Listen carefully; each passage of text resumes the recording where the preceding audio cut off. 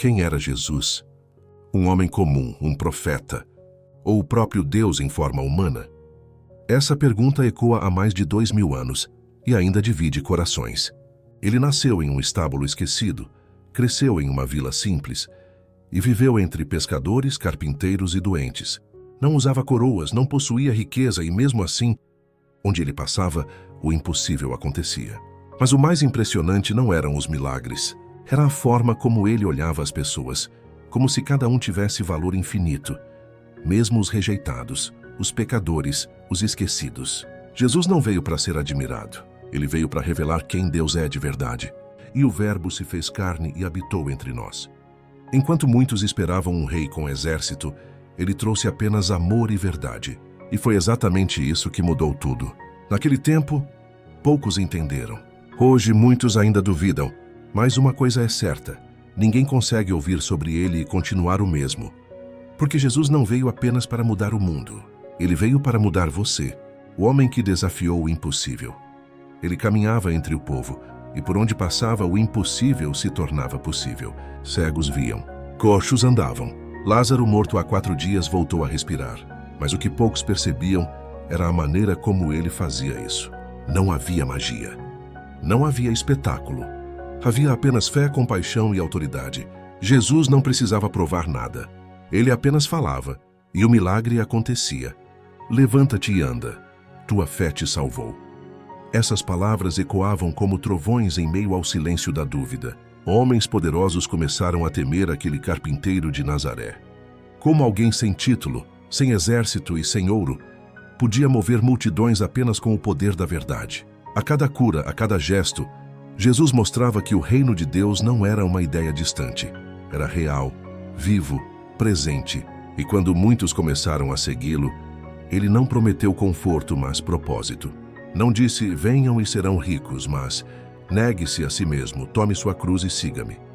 Essas palavras mudaram tudo. O milagre era grande, mas a transformação da alma era maior ainda. Ele não veio para curar corpos apenas. Veio para ressuscitar corações. Ele não se encaixava nas regras. Enquanto os religiosos evitavam os pecadores, Jesus se aproximava deles. Comia com publicanos, tocava leprosos, falava com mulheres que a sociedade havia silenciado. Isso escandalizava.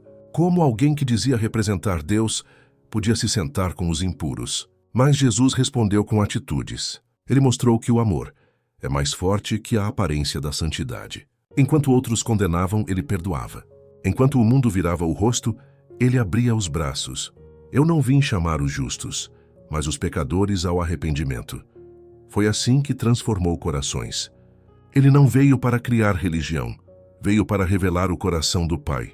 E talvez essa mensagem seja para você também. Porque quantas vezes você achou que Deus te rejeitaria por causa dos seus erros? Mas Jesus continua dizendo, eu te amo, e ainda há perdão para você. Se essa verdade tocou o seu coração, escreva nos comentários, eu creio no amor de Jesus, e compartilhe essa mensagem com alguém que precisa se lembrar disso hoje. A fé se fortalece quando é compartilhada. Fez som de vento suave, no fade out. Quer que eu siga com a parte 4? O mestre que silenciava as tempestades. O mestre que silenciava as tempestades. A noite caiu sobre o mar da Galileia, e a tempestade parecia não ter fim. O vento gritava, as ondas batiam contra o barco, e o medo dominava até os mais experientes pescadores. Jesus estava ali, dormindo. Enquanto todos lutavam para sobreviver, o Filho de Deus descansava no meio do caos. Senhor, salva-nos! Vamos morrer.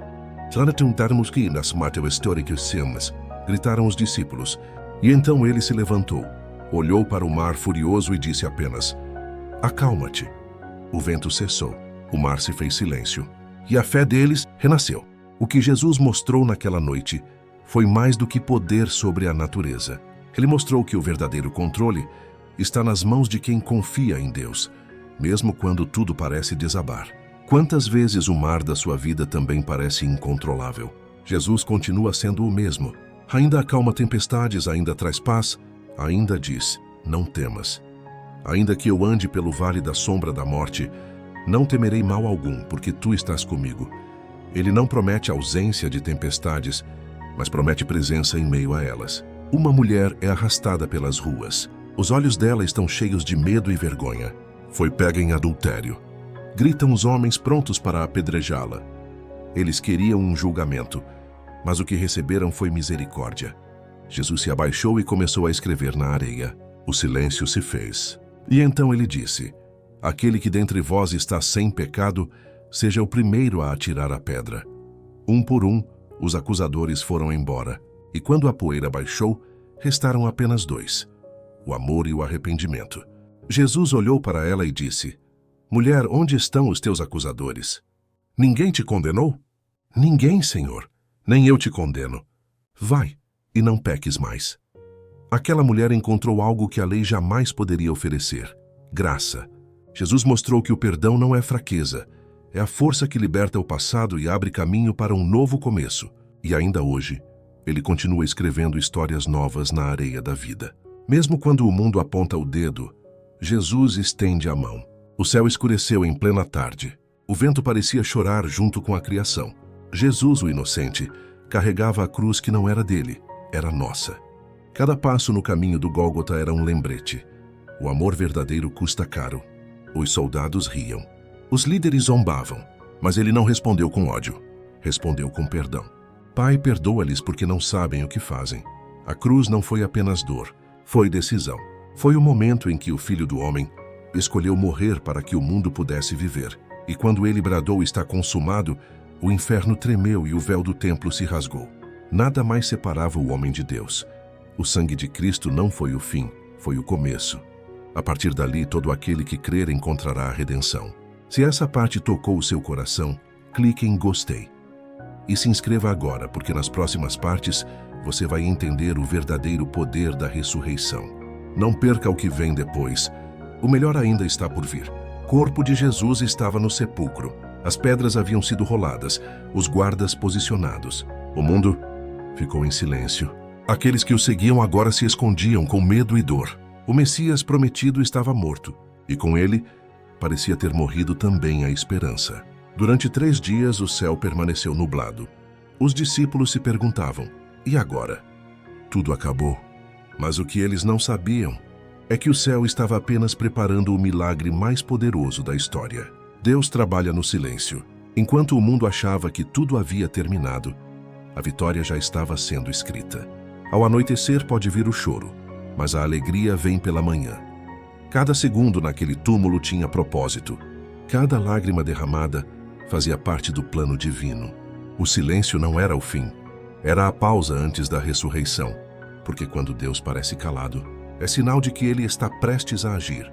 Quer que eu siga com a parte 8. Amanhã que mudou o mundo. O terceiro dia começou como qualquer outro. O sol nascia timidamente sobre Jerusalém, mas algo extraordinário estava prestes a acontecer. As mulheres foram ao túmulo com olhos marejados e corações quebrados. Levaram perfumes e esperança em frascos quase vazios. Mas quando chegaram lá, a pedra não estava mais no lugar. Um anjo resplandecente como o relâmpago disse: por que vocês procuram entre os mortos aquele que vive? Ele não está aqui. Ressuscitou. O impossível aconteceu. A morte perdeu o poder. A cruz, antes símbolo de vergonha, se tornou a maior prova de vitória. E quando Jesus apareceu aos discípulos, as lágrimas se transformaram em alegria. O medo deu lugar à fé. A dúvida foi vencida pela presença viva do Salvador. Ele cumpriu cada promessa. Mostrou que nenhuma escuridão é capaz de apagar a luz de Deus. Eu sou a ressurreição e a vida. Quem crê em mim, ainda que morra, viverá. Naquela manhã, a eternidade começou. Eles estavam reunidos, ainda tentando entender o que tinham visto. E então, Jesus apareceu no meio deles, não como um fantasma, mas vivo, real, glorificado. As feridas ainda estavam em suas mãos, não como marcas de derrota, mas como provas do amor que venceu a morte. Paz seja convosco. Essas palavras atravessaram o medo e reacenderam a chama. O mesmo Jesus que havia sido crucificado agora caminhava entre eles, ensinando, consolando e preparando-os para algo maior. Ide por todo o mundo e pregai o Evangelho a toda criatura. Eles enfrentariam perseguições, fome e prisões. Mas havia uma promessa: eis que estou convosco todos os dias até a consumação dos séculos. E foi com essa certeza que aqueles homens comuns se tornaram mensageiros eternos da esperança. A chama que começou na Galileia continua acesa em cada coração que crê. Se essa mensagem tocou você, escreva nos comentários "Eu sigo Jesus" e se inscreva no canal agora, para não perder a última parte dessa história, a que mostra o poder que ainda vive dentro de quem crê. O Cristo que venceu a cruz não ficou no passado. Ele vive, e vive dentro de todos os que creem, o mesmo poder que abriu os olhos dos cegos, que acalmou o mar e venceu a morte, habita em nós. Mas recebereis poder ao descer sobre vós o Espírito Santo. Depois de subir aos céus, Jesus não nos deixou sozinhos. Ele enviou o Consolador, o Espírito de Deus, para nos lembrar de tudo o que ele ensinou. E assim, cada coração cheio de fé se tornou um templo vivo. Hoje não caminhamos com medo, mas com propósito. Não vivemos pela força humana, mas pela graça divina. Porque o mesmo Jesus que transformou o mundo há 2000 anos, continua transformando vidas hoje.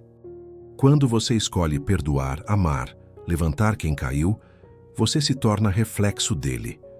A história de Jesus não terminou no túmulo. Ela continua em cada gesto de fé, em cada alma que decide acreditar.